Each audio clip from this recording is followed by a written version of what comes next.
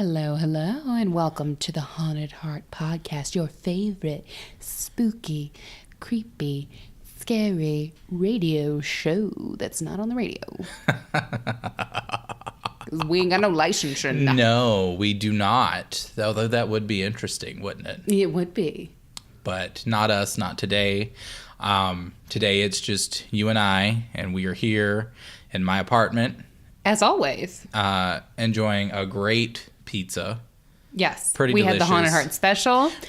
For those of you who don't know, the Haunted Heart... I don't know if they know. Do they? Well, you're going to tell them. I'm going to tell them. Right now. I think the people who attended our Halloween live know. Oh, yeah. But the Haunted Heart special is a cheese pizza with black olives and pineapples. Yeah, that is how you piss off everybody on the pizza topping, like Nazi, spectrum. It's strange. It's a strange combination. It's a sweet and salty. Yeah, it's sweet and salty, and then you get us. Who's sweet and who's salty? I mean, I feel like it should be obvious. I will own that. I'm the black olive on the pizza. True. That's true. Yep. And you're the pineapple. I am. The one everybody argues about the most. Have you seen that YouTube video that's like pen pineapple pen? Oh God, don't bring that up. I thought that was dead. I thought the internet had killed that years ago. Yeah, no. it's great. We're if not you haven't doing seen that. it, Google it. No, don't. Do not resurrect that. Please do not resurrect that. Kenny's like, look, don't watch the Serbian film and don't Google pen pineapple. Please do not. Pen. No. We are also missing someone today that you kind of fell in love with last episode. It's so true. We do apologize. My mom is not here. I feel like we got so much positive response from her being on the show that I feel like you guys just want her to host instead of us. So of course we had to do away with her. Never again. Because there can only be two in your heart. Yes. There's only room for two. There's only a left ventricle. There's a right ventricle. And that's us. I'm in the right. I'll take the left. Sinistra. It's fine. Yeah, so definitely are missing Scarlett today. Ooh, hello, motorcycle man. I was going to say, hi, how's it going? Yeah, definitely missing Scarlett today, but who knows? She may come back for another episode in the future. We don't know. She might get her own show. Shit. Y'all seem to like her enough to have her own fucking show. She's retiring in a few years. Maybe she can come podcast. Well, we're going to do her spinoff for her. Beautiful. With Scarlett's Sitting with Scarlett. Oh, okay. Sitting with Scarlett. Sitting with Scarlett. That's what we're You know do. what? Maybe that is a solution for us in our lives, too, though. Because she can just tell her listeners about her day instead of us both. Well, that would be like a... Repeatedly. A very long episode. Y'all would get 4-hour episodes out of Mama, I'm telling you. Yep. She'd tell you all about a day. Yes, she will. But yes, we have a Patreon member. I swear to God, I thought you were about to just be like, yep, we have a Patreon. We've got one. No, we have a new Patreon member. We do. We have a new inductee into the Heathen Temple. The Heathen Temple. Yes, so we haven't done one of these in a while. Side-eye. Side-eye to literally everybody. No, I'm kidding. We haven't done one of these in a while, but I'm excited. I have my candle here. It is a bright red, lovely thing. And as per usual, we have dressed it with all sorts of good intentions for health, wealth, happiness, whatever it is you need, baby. That's what we want you to get. Yep. And we are very appreciative to... I hit that second A really hard. Appreciative. Appreciative. I feel like people usually say appreciative. Appreciative, yes. But I just really was hanging on to that second A. Yeah. Anyway, we are very appreciative and appreciative to everybody who gives to the Patreon. We really are super thankful to you guys for helping us put on the show and keep the show on the air. And today we are welcoming Miss Marie S. Yes, she is a member of our Stay Spooky Squad. I love her alliteration. that she's Marie S. in the Stay Spooky Squad. Mm-hmm. You know what I'm saying? Yeah. I'm into it. I'm vibing it. It's aesthetics for me. Sound aesthetics. Sound aesthetics. Sound aesthetics. Ooh, bitch. Yeah. I think you just trademarked that. Yeah. Really? That's lovely. You heard it here first. You heard it here. So, Marie S., we have our candle here. We're going to light it so that it can sit beside our mics for the rest of the episode. Katie's going to try not to knock it over with her wild hand gesturing.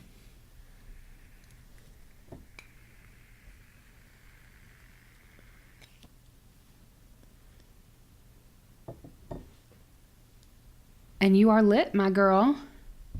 And don't forget, the candle will stay lit, at least through the episode, but forever and always in our cold, dark hearts. So, what are we talking about today? We left them off last week with part 2 of our 80s horror series, and I've been jamming to 80s playlists all for the past couple of weeks now. Fucking synth pop, babe. That's Yeah. what it is. But that's usually what I'm rocking to. Yeah. It's nothing unusual, but like it was a highlight for me. Like that was all that I played. I was strolling into work. Kenny's like, I bought a windbreaker. I bought some short shorts. I'm here and ready to go. I haven't left the 80s behind. I now have a problem and a new therapist. Like, yeah. So that was a lot of fun recording those episodes, talking about the 80s. Gotta love it, but we're on to a new topic this week. but get the fuck out, 80s. Like, it's 2019. We done Bye. fucked our world all up. What are we talking about, girl? Today, we are going to talk about the inimitable, villainous, and fabulous, not fabulous, we have to shame them somewhat, Black Widow. Yes. Pause. Yes. And Pause we ain't for talking effect, about Katie. squatters. We're Who? talking about ladies. Squatters. Spotters. I thought you said squatters. Spotters. No, we're not talking about squatters. Squatters is a different episode. I was like, wait, what? We're not- I didn't research for squatters. What are you talking about? One of these days, I'm just going to say the complete wrong topic and just watch you melt down and see if you just like try to continue on with the episode. Let's We see. should do that how one can day. how can I spin this Black Widow story into a squatter story? Yes. So I kind of want to go first. Oh, all right, bitch. I'm down with that. Yeah, I kind of want to go first. So. Is it from the 80s? You know what, bitch? Fuck you. Is it really? Oh my God. Well, it spans many years, okay? We start in the 70s. A lot of it happens in the 80s. Oh, okay. The 80s is the meat of the story, is what I'm hearing? Kind of. A little bit. So, Lactrodectus mactans, also known as the Black Widow spider, is a species of arachnid identified by the red hourglass shape on its abdomen. Is this a book report? Did you write a book report? You said Black Widow spiders, right? Are you just like literally gonna read us facts about No, spiders? but I thought that's what the episode was on. Well, You telling me it's not? no, unfortunately. It's about Black Widow is a term that is sometimes used to refer to women who kill, usually their husbands, but not always. Oh. Yeah. Well, maybe you should go first. No, just kidding. Yes. So, Black Widow spiders, but there is a relation, right? I mean, they're not called Black Widow killers for no reason, right? Do Black Widow spiders actually eat their mates? They fucking do. Perfect. They fucking do. They fuck, they kill, and devour their partners. Okay, cool. I see the tie-in. In that order. Can I corner? Oh, it's important. The order is important. Don't get it mixed up because then you won't be able to do the next step. Or, I mean, you will, but it's a lot more complicated. Yeah. You know what I mean? There's some logistics involved. That Yeah. just don't Then you quite need a work out. prop, and there's just a lot. But I want to sidebar that really quickly. Did you know that the anglerfish, those like big scary fishes The with fucking the light? demons from the deep? Yes. That's like swim really deep in the oceans nightmare that have fish? that light that hangs over and those big horrible teeth from Finding Nemo. Yes. So, you know how they mate? Well, I've never... No? So the ones with the lights are, I promise it will make sense in a minute. The ones with the lights are the women, the really scary looking ones, and the men are a much smaller fish. So when they mate, like the man fish, like swims up and attaches himself to the side of the female, and then her fucking body absorbs his body into her fucking body. Uh-huh. Okay. So there's also that. We could call them anglerfish killers. I don't think that has quite the ring to it that Black Widows does. True. But is it scarier?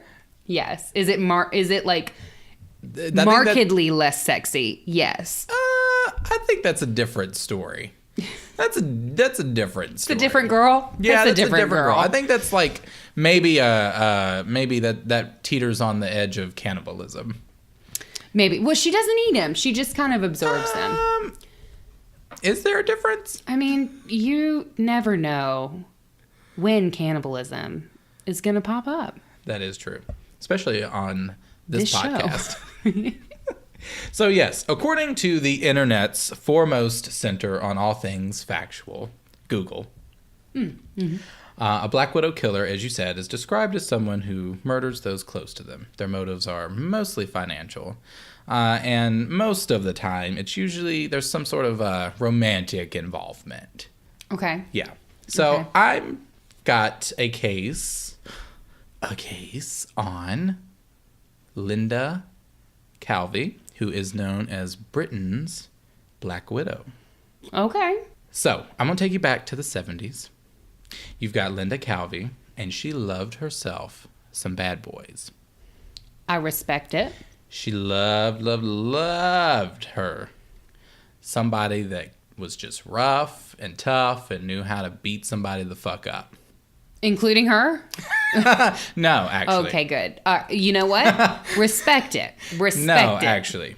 So when she was young, she was described as being very beautiful. And when I was researching, I pulled up some pictures of her, and she was very like 70s, like spy girl mod. Spy girl? Like, yeah, you know what I mean? Like, she was like, not... Oh, like Charlie's Angel. Kind of, Charlie's yeah. Angels. When you said Spy Girl, I was thinking of like the girl from Spy Kids. And I was like, we need to turn the podcast off and have a talk. No. She was described as, I believe, buxom was the word. Oh, she had titties. She had a rack. Yeah, she was. As Tyga would put it. She was Rack endowed. City. Rack City, bitch. Rack Yep. City, bitch.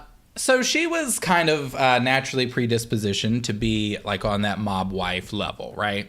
Okay. So she fell in with one of the worst bad boys in London at the time. His name was Mickey Calvey, who was an infamous armed robber. Linda thought Mickey was slick as glass, honey. She thought he was fine. I just sort of picture her watching him entering into like a coffee shop, trying to rob them, and he just pulls off his ski mask to reveal like this flowing wave of dark brown hair. And you've got Linda over in the corner with Tony Basil's song "Hey Mickey" playing in the background. And I can see it. That's like, I can see it. Mickey, You know what it probably was though? What? They were probably at like a rundown bowling alley, and she was Probably. ordering like nachos with that stank cheese on it, and he came That's up like and not. said, It's like lukewarm. right, and he came up to order a fucking pitcher of Budweiser, and he said, or whatever it is they drink in fucking Great Britain, Strongbow, I don't know. In the 70s. And he was like, so And then she was like, swoon. Swoon. Because we can make all the rest of that. Like, we can make the scene that you're talking about. We women, we can do that in our mind. Yeah. Out of shitty stank cheese in a bowling alley. Yeah. We're wonderfully resourceful creatures. Well, listen, I'm the one telling the story, so that's how it happened, okay? Okay. I'm down. If I was directing this Revisionist history? Yeah, if I was directing this Lifetime movie special, that's how it would go. I am sure there's a Lifetime movie on this bitch. Now, it wasn't long after they met that Mickey's infamy finally caught up with him, and he was sent to prison.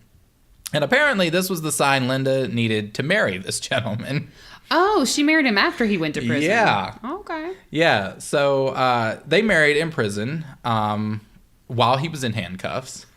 Nice. They did not uncuff him Nope. for his wedding day. Nope. He was Now imagine if you've ever had to plan a wedding. It's difficult. But imagine planning like your wedding colors and the outfits that the groom's gonna wear and his best man. And you're planning around handcuffs. Right. Like, is that suit going to match your handcuffs? I don't know. Can we order, like, some handcuffs to fit the colors of the wedding? Or must we include metal gray and prison orange within our wedding theme? Yeah, I think that's how that went. Okay. Okay. You know what? Orange and black is Halloween. That's all I'm going to say. That's true. Halloween. But not. But we're in prison. Not at all. We're in prison. But it's Much not less fun. Not fun at all. So in 1978, Mickey was released. And so he decided to get a few of his buddies together and go to do a job. So they just got out of he just got out of prison. So let's go rob someone, right? Cool. Great. Yeah. Great idea.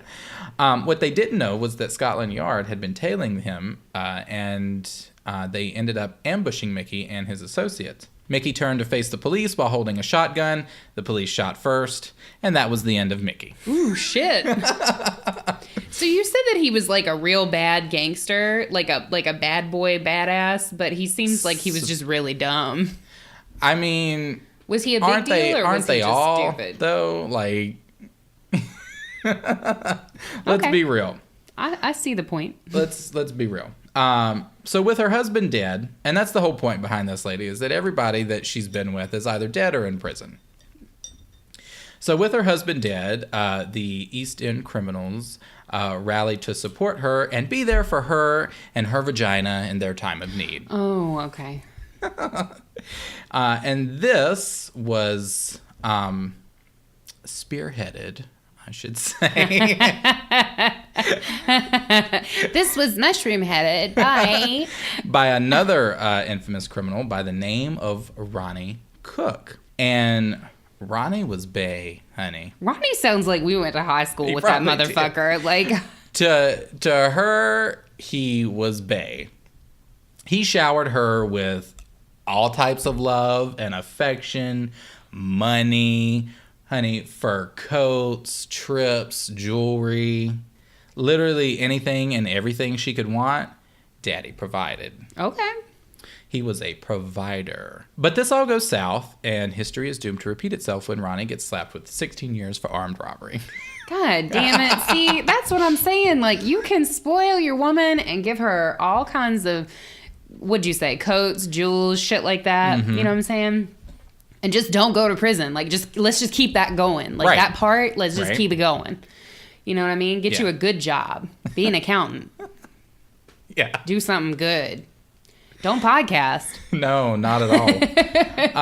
So that happened in 1981, and she actually had "True Love Ronnie" tattooed on her inner thigh. God bless it. God bless it.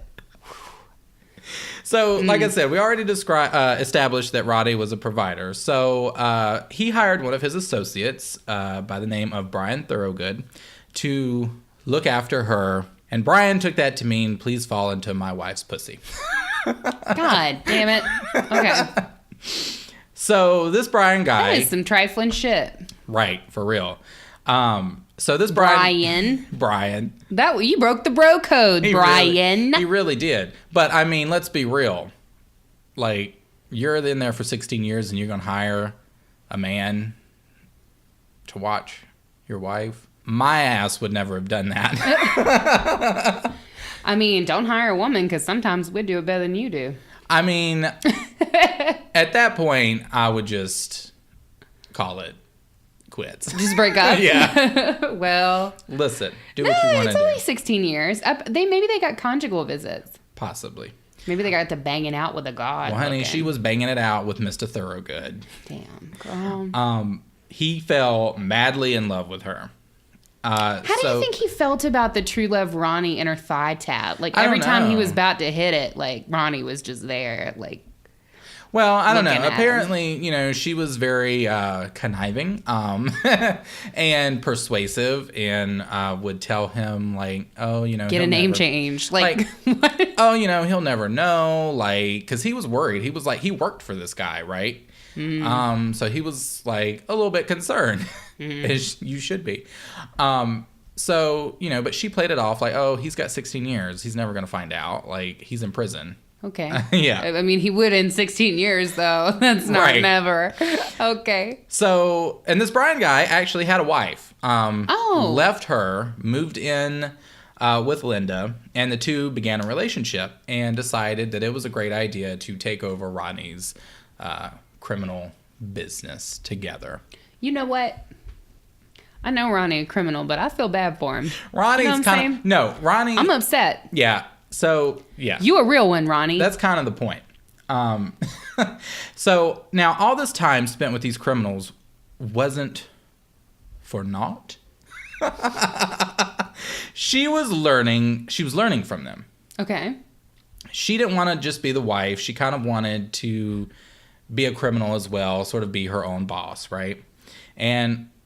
so she started getting into that whole scene, and her robberies were described as sophisticated, but it was kind of like, so one instance she pretended to be in labor as a vault truck was passing by, and when the poor guy stepped out to help her, she like produced a gun. And can you fucking imagine, like, a bitch on the side of the road, you think she's given birth. Yeah. You get out of your car to help her, and she pulls a gun out her pussy. Yeah.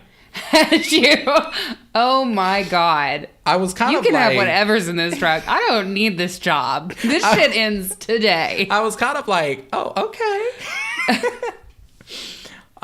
But that wouldn't happen with me because I'm going to drive right on by. Honey, I will hit that 911 for you. Baby, you don't have to worry because I'm going to hit that fucking baby right out of you. EMTs will be here in a moment. Yes. But eventually, she was also caught. Okay. And she was sentenced to 7 years in prison in 1989. And poor Brian, who was assisting her, received 22. Tell me he got put in the same prison as Ronnie. Tell me he got put in the same prison. I'm not 100% sure. You know what? But I would imagine that it would We're going to imagine it is. But that's kind of like the end of Brian. Ronnie straight up waiting in prison like, sup? So Ronnie... caught wind of, like, the affair and the fact that they were trying to take over his business or whatever, and made a promise to kill Brian if he ever saw him again. Fuck yeah. But he forgave Linda immediately. Fuck no. No. Forgave her immediately. Now, this is some shit that I cannot stand. This is that shit I don't like. If your significant other cheats on you... you cannot be mad at the person that they cheated with and not be mad at them. Yeah, fuck that. True. It takes two to tango, honey. Mm-hmm. And, I mean, that pussy had to be open for business for Brian to follow up in there. Well, so she just had a way about her, apparently, that just, like, seduced these men that, like, they just couldn't get enough of her. She had, like... oh, that's right. You said at the beginning. She had tits. She had tits. She had, got it. Forgot that. She had the power of the buxom bosom. I know the power well. But those among us must use it for good. You're like, don't cite the deep magic to me. That meme. Yes, that meme. What is it? Do not... don't cite the deep magic to me, witch. I was there when it was written. Exactly. Literally me. So, Linda, I believe, served only like 4 years of her sentence. So, fast forward a bit, and Linda, who was supposed to have been safeguarding Ronnie's money, had blown through it all. Blown it, honey, like she was going through glory holes at the state penitentiary. And which might have been what Ronnie was doing, actually. That might be why he had such a forgiving heart. Maybe. And she feared what he might do to her because of it. Because we can't forgive infidelity, but spending all your mob husband's money is a different story, right? True. So what does she do? She finds the biggest motherfucker in the prison system, a one Danny Reese, and tells him that she wants Ronnie dead and that she will give him 10,000 pounds to do so. 10,000 pounds and 2 breasts. But Danny isn't really interested in the money. He's interested in her. In the breasts. He's interested in the breasts. Yes. Is this like some Grease shit? Like now we got like Danny in it, and now all I can see is like John Travolta before he got weird. Well, he tells her that, they could work something out. Okay. So, both Ronnie and Danny are entering the end of their sentences and are eligible for day releases. So, Linda plans a dinner party for 3. That's awkward. Yeah. That's, like, really awkward. Well, it's going to What did the invite say? Like, why don't you come on over here with this other dude? Well, I don't... We'll do what one woman and 2 dudes do together at dinner, Ronnie didn't know. Oh, Ronnie didn't know. No, she planned the dinner party for 3, but told Ronnie that she was just planning a dinner for them 2. Oh, okay. All right, cool. Danny had been released earlier in the day and was stationed at Linda's home. Linda goes to pick up her husband, Ronnie, and brings him home, where Danny is waiting with a shotgun. Danny shoots the gun, but misses him. I think he, grazes Ronnie. So it startles Ronnie, right? You're just coming home thinking you about to eat some dinner and get that good. Because he loves this one. At this point, he's about Linda. So he was like, what the fuck's going on, right? So Linda then tries to coerce Danny into okay, kill him. Danny can't do it. This man that she had thought was this big bad motherfucker couldn't go through with it.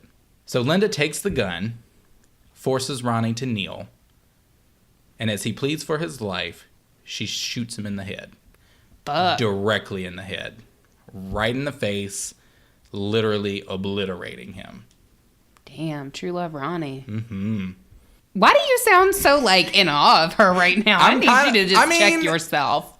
What? I mean, it's Black Widows. It's supposed to be It's Black Widow week. I mean, you know what I mean? It's supposed to be... I just feel we should put a murder is wrong disclaimer in. I mean, yeah, it's wrong, but you can't deny that there's something that's really intriguing about it. At least it is for me. Anyway, so Danny says, "Fuck this, you crazy bitch." Bye. And gets back on the first train heading straight to prison to finish out his sentence. Girl, Danny said, let me get my ass back up in prison. Yeah. Where I'm safe from this crazy ass bitch. Right. Linda blames the murder on some of Ronnie's criminal associates, but they eventually find Danny's prints at the scene. And when the police confronted Danny, he sung like a motherfucking canary. So this Danny is just not everything that Linda thought he was supposed to be, right? Mm-hmm. They eventually end up charging Linda, and she gets 15 years in prison. And Danny gets fucking life in prison. God, just for being there? Just for being there. Conspiring. I guess it's attempted murder. Yeah, conspiring and attempted murder. He gets life in prison. She gets 15. And that's part of because this is still 80s, right? Yeah. Well, yeah, it's early 90s. Yeah. At this point. So we still are having at this period in time, and even now today, female murderers' sentences are usually much shorter than male murderers. Yeah. But surprisingly, Danny still ended up marrying her while they were both in jail. Because he was fucking scared of her, dude. He was like, I'm afraid of you. How that works, I don't know. They were both in jail. Because he was fucking piss-ass scared. He was like, the only way to fucking protect myself is to just do whatever it is that she wants. So if you want to get married, sure. We can fucking get married. Yeah. What you need? I'm afraid. She wanted that dick. I was like, well, how does that work? Because I don't think they were in the same prison system. So I'm like, I don't really know how marriages in prison work. So I don't know how it works. But they did. Both of you are in prison. Yeah, but they did. Okay. It happened. Okay. They were both married. But once her sentence came to an end in 2008 and she was free to go, she broke it off. Okay, Got so she a divorce. Only wanted to be married while she was in prison. Yeah. Great. Makes perfect fucking sense. Yeah. So in 2008, when she was released, she divorced Danny. And as she walked out of prison, she was picked up in a white convertible Rolls Royce. In 2009, at 61 years old, she married 76-year-old George Caesar. And having earned the moniker of Britain's Black Widow, she fittingly decorated her wedding headdress with a single black spider. Shit. Her husband George died 5 years later. But he was 76, right? Yeah. So maybe she didn't kill him. Maybe she didn't. What he die of? We checked on that. Supposedly it was natural. Okay, I think was you in his automatically. early 80s. True, but let's just do an autopsy just to see. You know what? Just to see. Yeah. Just to check on it. So that's her story. That's the story of Linda Calvey. What's she doing now? Is she just chilling? She's just chilling. Cool. She's chilling. That She's plenty kind of fish? like a I mean, she, from what I can gather, you know, she has the money that she needs. And she's just kind of like almost, I don't know 100%, but from the pictures and stuff that I researched, like, you know, she gets photographed when she goes out, like occasionally, like she's kind of like known or whatever. And kind she's of like known, Casey Anthony here. Yeah, like, and she's like known as the Black Widow, Yeah. and known for like, you know, everybody that she's ever been with is either in jail or dead. And her husband that she married, George, knew about that. And apparently he just didn't give a fuck. Because of why? Because he was probably into the tatas. Them sure. 61-year-old Taz. You know what? I mean, whatever. It's a little bit goals for me. I think it's kind of interesting, though. None of this was mentioned, and I couldn't find it in any research, but it kind of like gave me a side eye. I was like, with her the first guy that she was with, the Mickey guy, her first husband. How did Scotland Yard know to tell him, honey? Tell him what? Tell him when he got out and was doing that. When he first got out, he went to go rob somebody. Scotland Yard caught wind and ambushed him there. Oh, yeah. How did they know that he was doing that? Yeah. So I couldn't find anything suggestive of that. That's just me and my like. Interesting. And my like thinking. I'm like, that's a little suspicious, bitch. She was like, hello, Scotland Yard. It's the tits. I got a tip for you.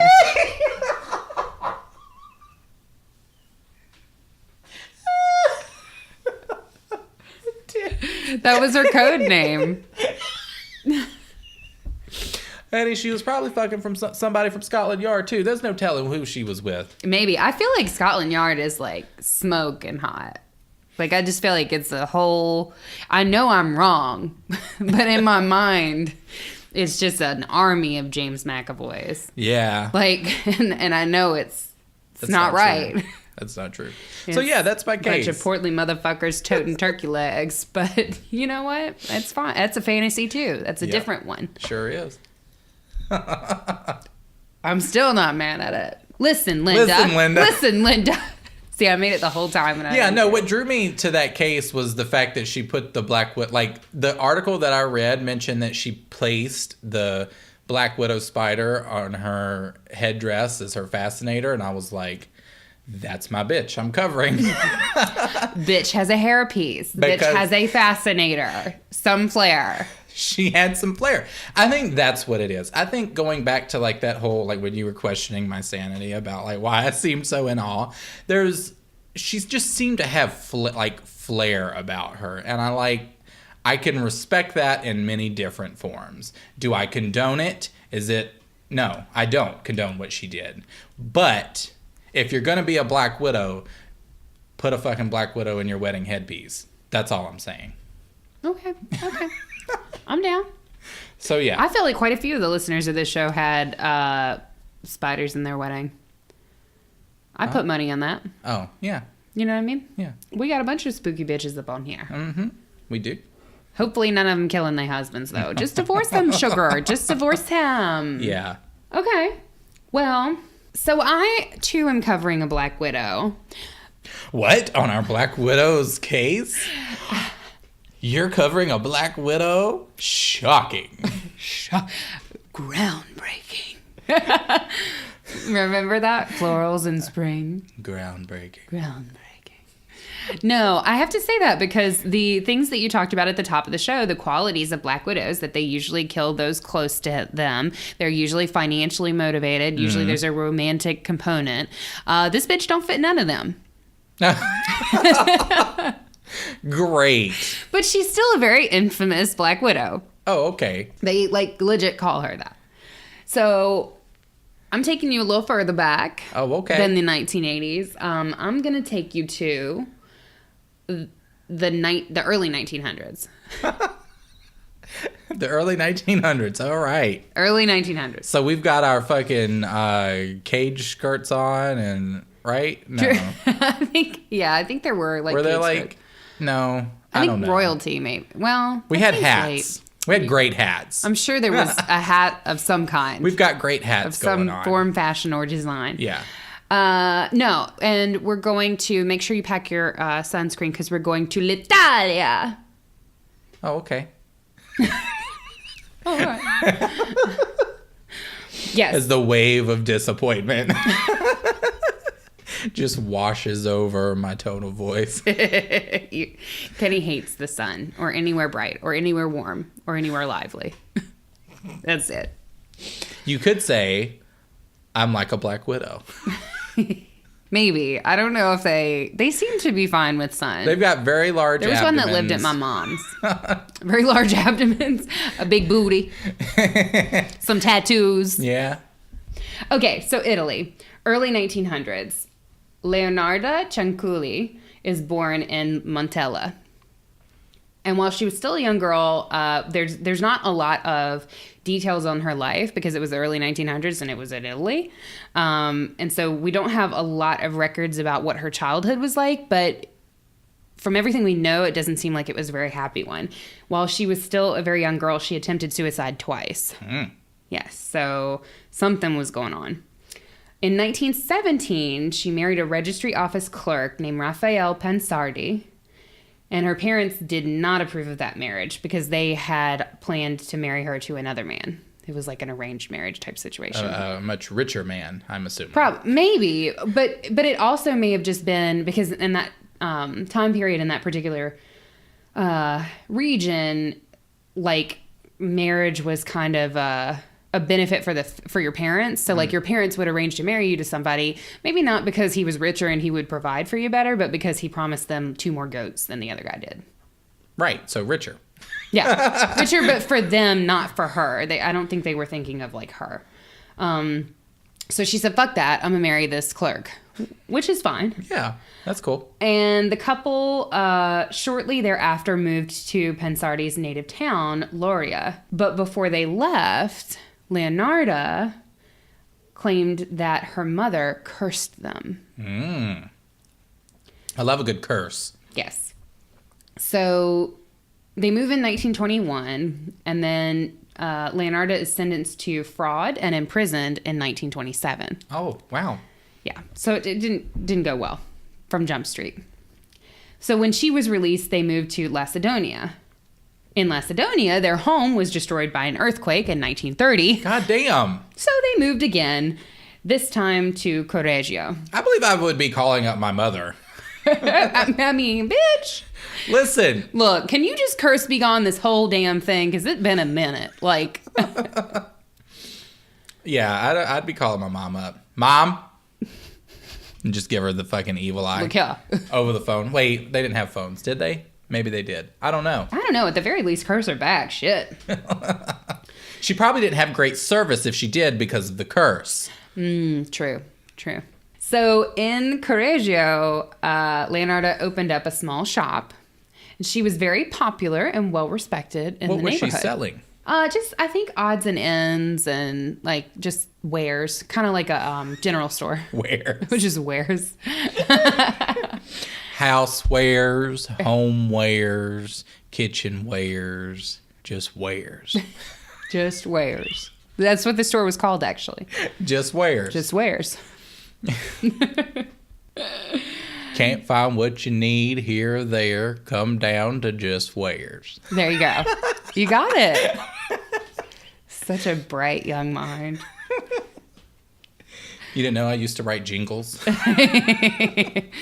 You still do that on the side.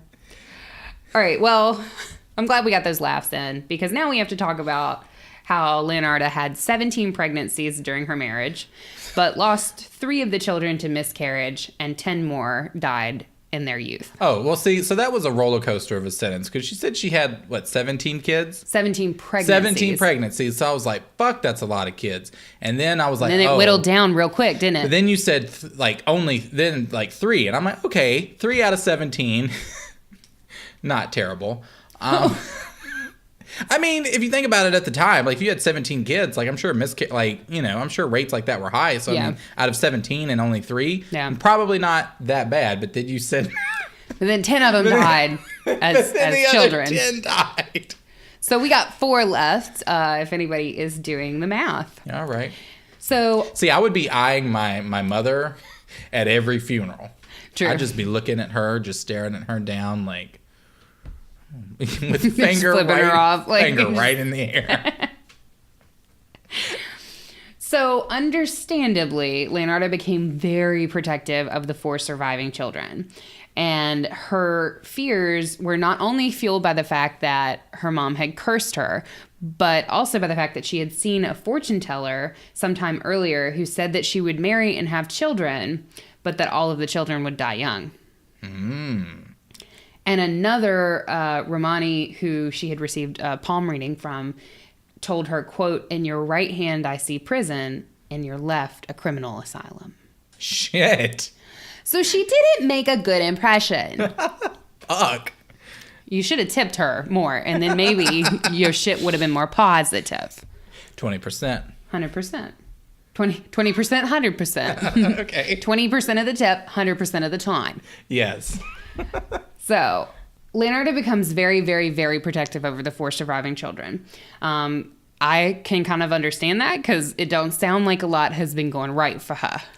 No, I wouldn't say that it had. So, in 1939, Leonarda learned that her eldest son, Giuseppe, was going to join the Italian army in preparation for what? World War II. She didn't like that, did she? Giuseppe was her favorite child. Aw. And she was determined to protect him at all costs. So when she heard that, she seems like she had always kind of been a spooky bitch because we went to the fortune teller and then we went to like the palm reader. Yeah, and her mother fucking cursed her. Right, and your mama done cursed you. And it sounds like she got some juju, babe, because it didn't go well for you after that. I'm just saying, like, damn. True. So she had always kind of been into that stuff, but when she heard that he was going to go to the Italian army, like to be drafted into the army, something snapped for her. And she came to the conclusion that the only way to protect Giuseppe was, of course, human sacrifice. Was to kill him?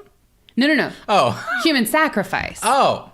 I was like, I went in a different direction with that. Kill you to keep you. Yeah. You were going that. Nope. Human sacrifice of other humans. Oh. Yeah, so this family is into some shit. Yeah, we're dabbling in some shit we ought not. We ought not. Yeah, no. Okay, continue. I'm interested. So, she found her victims in middle-aged women who were neighbors. So her first victim was named Faustina Setti, and she was a lifelong spinster who had come to Leonarda and to seek her help in finding a husband. She wanted her a boo. Uh-huh. And back then we didn't have Plenty of Fish and all that other bullshit. Bumble, Tinder, Grindr. All those, yeah. Yep. So she went to Leonarda. And Leonarda told her that she had a suitable partner for her in Pola, a different city. But she told her, this person is going to be perfect for you. This man is going to be perfect for you. He's in Pola. You have to go to Pola to see him, but you can't tell anybody where you're going, because if you do, then it messes with the magic. So no one can know. And she persuaded her to write letters and postcards to her relatives and friends that she would then mail out once she got to Pola, to tell them that she was safe, everything was fine, she had gone to meet this man, and everything's okay. Yeah. So Leonarda kept those letters. So on the day of Seti's departure, she came to see Leonarda one more time, and Leonarda offered her a glass of drugged wine. And then Leonarda murdered her with an axe and dragged her body into a closet. God damn.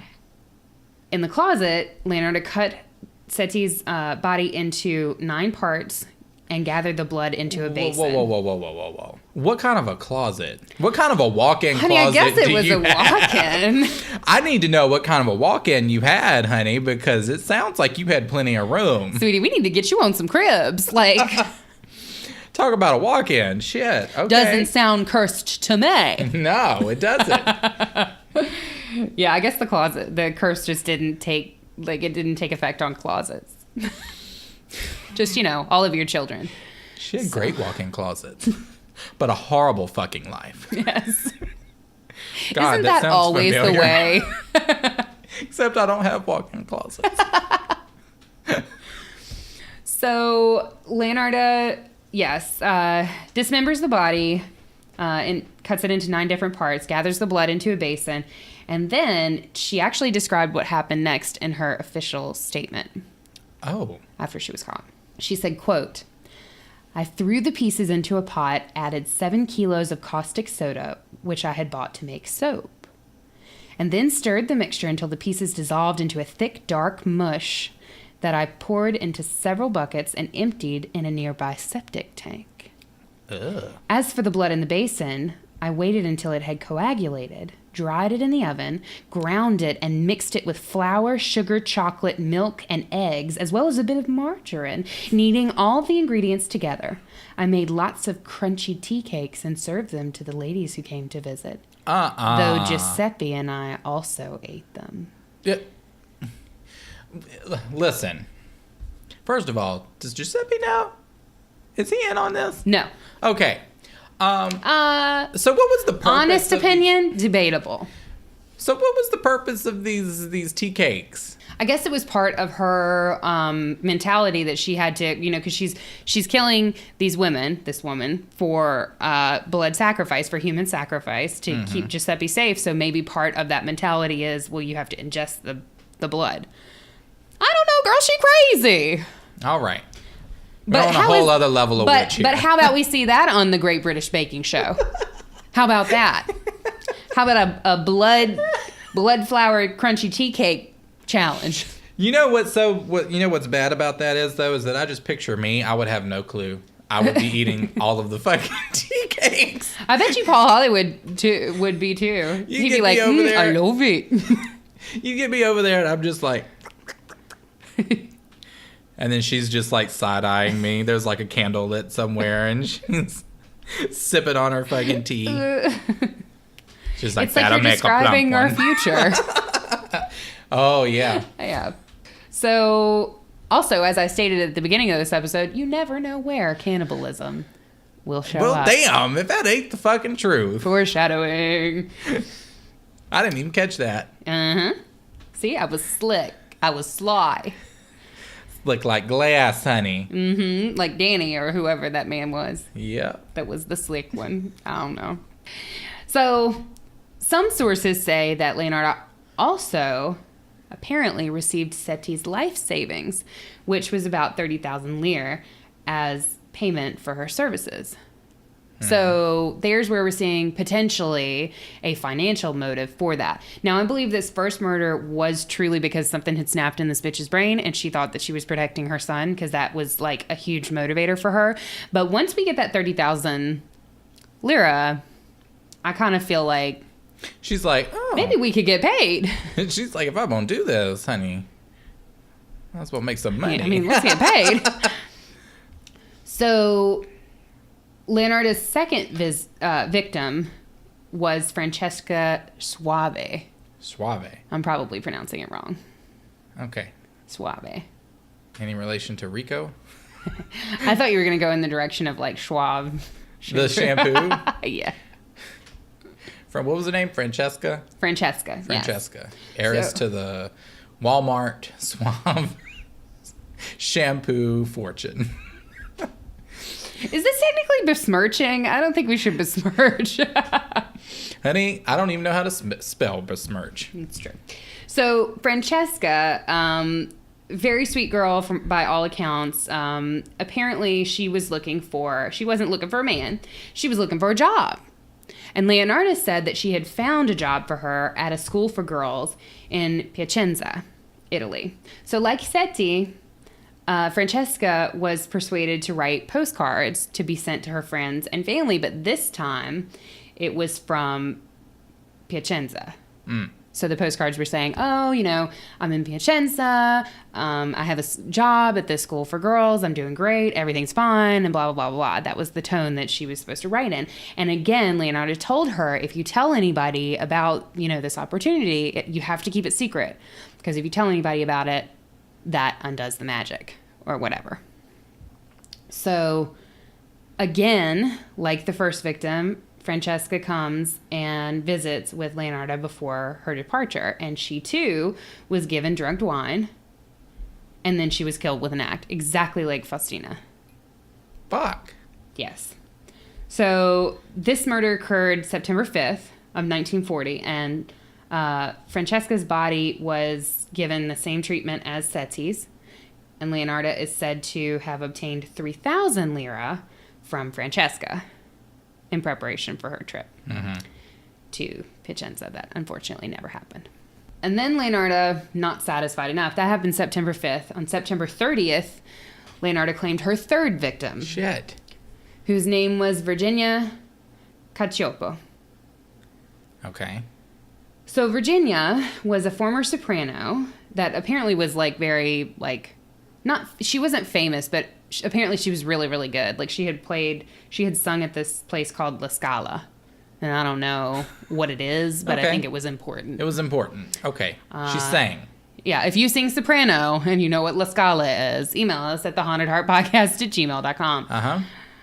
So for Virginia, Leonarda had claimed that she had found Virginia work as a secretary for a mysterious, teacher in Florence. So kind of like a Jane Eyre, I forget the word for that. Like a woman who comes and lives at the house and teaches your kids. What is that? A schoolmistress? No. I would have known what you would have said. I would have known. Not a warden, not a... No, a warden? Oh, my God. She's like a, oh, man. Jane Eyre was one of these, and it was a word for that. A governess? Yes, a governess. Yes, thank God. I was trying to think, because I was thinking back to actually of the importance of being earnest. And yes. That's what I was trying to think of. Governess. Miss Prism? Yeah. Was her name Miss Prism? Yeah. Okay. All right, cool. Yes, so Virginia was promised this job as a governess for this mysterious person in Florence.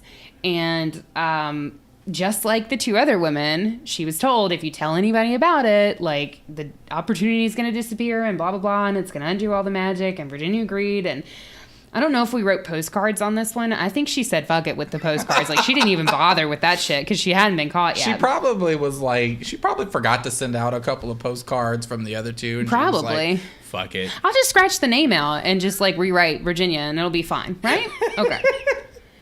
And the cities and any names just scratched out. Just edit. So on September 30th of 1940, Virginia came to her last visit with Leonarda prior to her departure, and the pattern of the murder was exactly the same as the first two. However, unlike the first two victims, Virginia Cacioppo's body was melted to make soap. What the fuck? According to Leonarda's statement at trial, quote, she ended up in the pot like the other two. Her flesh was fat and white. When it had melted, I added a bottle of cologne, and after a long time on the boil, I was able to make some most acceptable creamy soap. I'm sorry. I gave bars to neighbors and acquaintances. The cakes, too, were better. That woman was really sweet. Oh my God. End quote. How fucking Most evil. That woman was really sweet. You fucking demon from hell? I love it. No, bitch. Most Again. exceptional. Again. Horrible, horrible woman. Good PR. Horrible woman. Most exceptional. Could turn a phrase. Oh my God. I'm gonna, yeah, she could have had an illustrious career at Lush. True, right? I mean, damn, Could you imagine bitch. her at Lush and she's just like trying to wash her hands with the fat of a murdered Very victim? scary. Making eye contact the whole time. Deep eye contact. She's washing your hands aggressively, like super aggressively that it's kind of hurting a little Right. bit. And And they're she's getting just, red. Like, the water's like very hot. It hurts. And she's just staring at you. There's a candle in the Lush store that's like illuminating her face. True. And all the other lights are out. And all the other lights. Yeah, and she's just like aggressively washing your hands, and she's just like, this is a sweet bar of soap. This is gonna exfoliate all of your skin. All of it. Exfoliate it right off. Yeah. The manager's in the back like, oh God. Lord. What was her name? Leonarda. No. Look. We need you to work back of the store. Okay. Leonarda. Okay. We just need you to be working on the soaps. You don't get to talk to the customers. We just stay back in the back. Yeah. Please. You're frightening people again. So apparently from the third murder, Leonarda received 50,000 lira. Shit. And assorted jewels on top of that, because Damn. remember back in the day, Sopranos were very like the Soprano was the star of the show, and so she was like She had decked money. out to those jewels. Like we were just like, we had a big thick ass necklace, we had some earrings, we had like a headpiece. I'm going to assume that none of those jewels made it into the soap. No, Okay. they didn't. She kept those. Oh. Okay. So throughout all of this, and this all happened in a very like reasonably short period of time, we're looking at like a couple months. So Leonarda may have bitten off more than she could chew with this last one, and maybe she should have written a couple postcards, because Virginia Cacioppo's sister-in-law became very suspicious at her sudden disappearance. What did you say? She became suspicious. Okay. I'll let that slide. Yes. So her sister, Virginia's sister-in-law, noticed that her loved one was missing, and she knew that she had last seen her entering Leonarda's house. So Virginia's sister-in-law reported her fears to the superintendent of police, who then opened an investigation. Props to him, right, yeah. for not just brushing her off, because we see that so often. Yeah. He opened an investigation, and he arrested Leonarda soon thereafter. And at first, she wouldn't confess to the murders at all. But then they started insinuating that they felt her son, and I don't know if this was on purpose, or if this was, like, I don't know if this was just genius police work, or if it was, if they really did think this, but they started saying and insinuating that they believed that her son, Giuseppe, was involved in all these women's disappearances. So as soon as Giuseppe's name was mentioned, she immediately confessed to the murders and provided detailed accounts, which is where we got those statements from, or of what she had done to those women in her mind to save her son from being convicted. Yeah. So she was tried for murder in 1946. And she was completely and totally, the word that they used was unrepentant. Like, she was like, I did it, fuck it. Like, I did it to save my son from going to war and dying, and I'm cursed, and yada, yada, yada. And everybody was like, bitch, you need She to said, I chill. don't give a fuck. What? Basically. That was good soap. Yeah, so she was very, and the thing that she said when she was particularly patriotic in her defense of herself and her son, and she went so far as to say on the stand, I gave the copper ladle, which I used to skim the fat off the kettles, to my country, which was so badly in need of metal during the last days of the war. So somewhere are those ladles that she used to make that, like, soap. Ooh. Very creepy. And that was her patriotism. So she obviously was found guilty because she confessed of everything, and she was sentenced to 30 years in prison and 3 years in a criminal asylum. Okay. I feel like 30 years was a little light. You didn't kill 3 women and made them into soap and tea cakes and ate them. We need to put you away for a while. Well, here we go. She's a woman.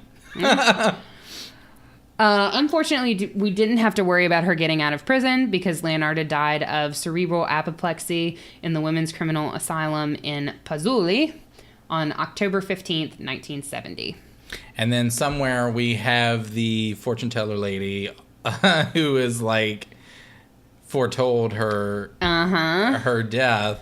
Criminal asylum. In a criminal asylum. Yep. She got both. Mm-hmm. That was the trick. The Mm-hmm. lady said... Well, no, because what she said, she saw... That's what she told her. No. In your right hand, I see prison. In your left, criminal asylum. Yeah. And so when she went to trial, she got 30 years in prison and 3 years in a criminal asylum. Oh, yeah. Yeah. So I just thought that was kind of interesting. Yeah. But she died. She did, girl. She died in 1970, but a number of artifacts from that case are actually on display at the Criminological Museum in Rome. So if anybody's in Rome... But not the ladles. Sorry, we pronounced everything fucking wrong. Yeah, it's the pots that she made it. But you can't find those at Williams-Sonoma. You certainly cannot. And that is the story of the Black Widow, Leonarda Cianciulli. So why was she called the Black Widow, though? I think she's actually termed a Black Widow. She's a famous Black Widow, even though I had never heard of this case. But I think she started out killing because she thought she was saving her son. But I think once we start seeing the money come in, like the first victim, I think... Of the financial. Yeah. But once we saw that money roll in, then we just kept on going. Yeah. Because I feel like... And even the making them into soap thing, like, that was financial because she could sell that soap where? In her store of wares. So even that was financial. You know what I mean? Yeah. And just wares. And just wares. Just bars of soap made from human girls. Oh, no. Yeah. Wow. Okay. Yeah. So a different spin on a Black Widow. I realized researching this episode because I was looking at a bunch of different cases and, like, I don't really like women who kill their husbands.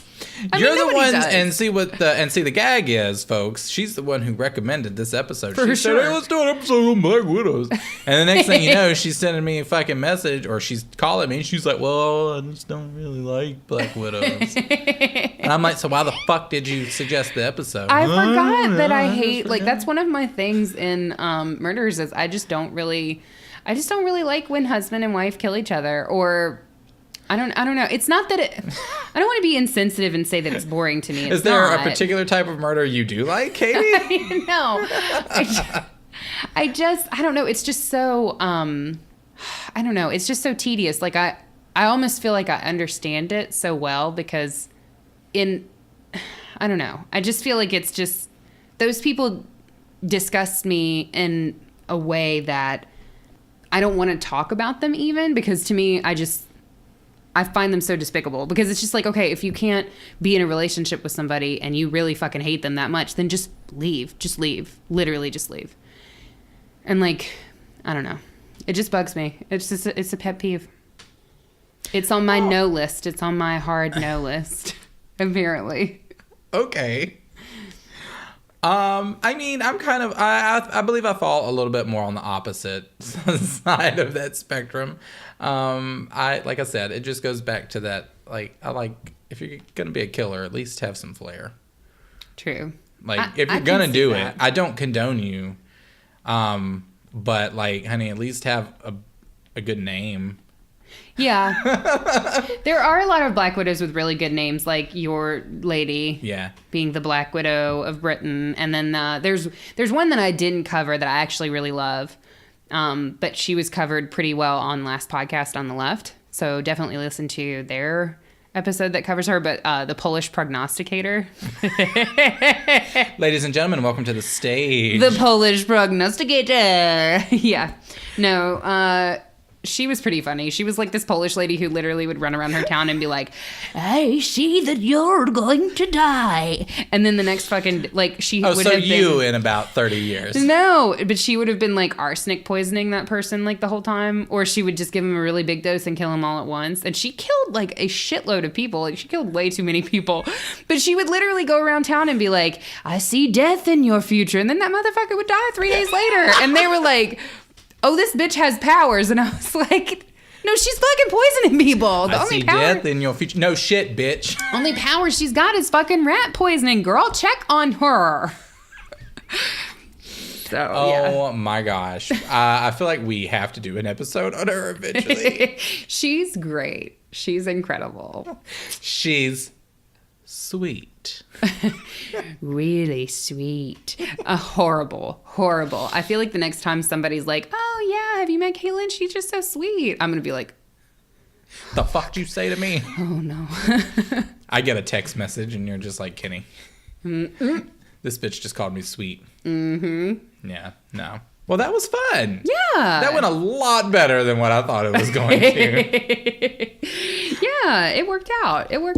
Yeah. But I think what we see is mainly, I mean, obviously a lot of Black Widows kill their husbands because they're the people who are, like, most available. But we can see Black Widows who kill other people. But I think the key is that financial sort of motivator. Yeah. Whether that's there from the beginning or whether we pick that up as we go along. I think you get, like... I agree. I think you can be anything you want to be. And if you can be any kind of murderer you want.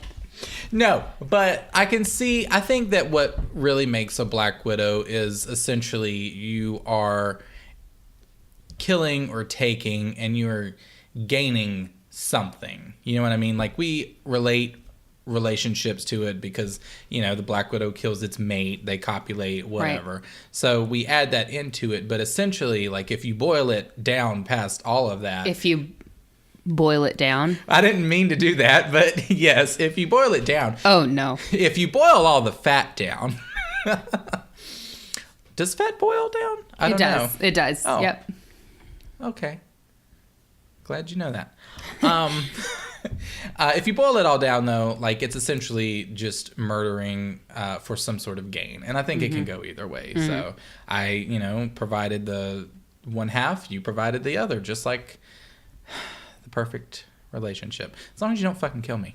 No, bitch, you ain't worth nothing. I mean, God damn. That's true, though. Just kidding. You're worth far more alive to me in the love that we share than you are dead. That's true. You're not getting nothing out of me. Except a cat, maybe. Yeah, you'll get a cat. A fat-ass cat. Yep, fat-ass cat that will fucking just hiss at you for eternity. True. He'd be like, you not my dad. Not my fucking dad, you bitch. Yeah. So, I'm not going to do your bit this week because we need to wrap it up. So I'm going to let you do it. Okay, great. You were all upset wanting to do the bit last time. I did it once. I'm good. Just let me do it once in a blue moon. It's kind of like bottoming, you know, once in a blue moon. Okay. All right. I understand. So, you know, if you want to hang out with us, we want to hang out with you for sure. Oh, totally. And we're on the social media. We're on the social meds. On Twitter at The Haunted Heart.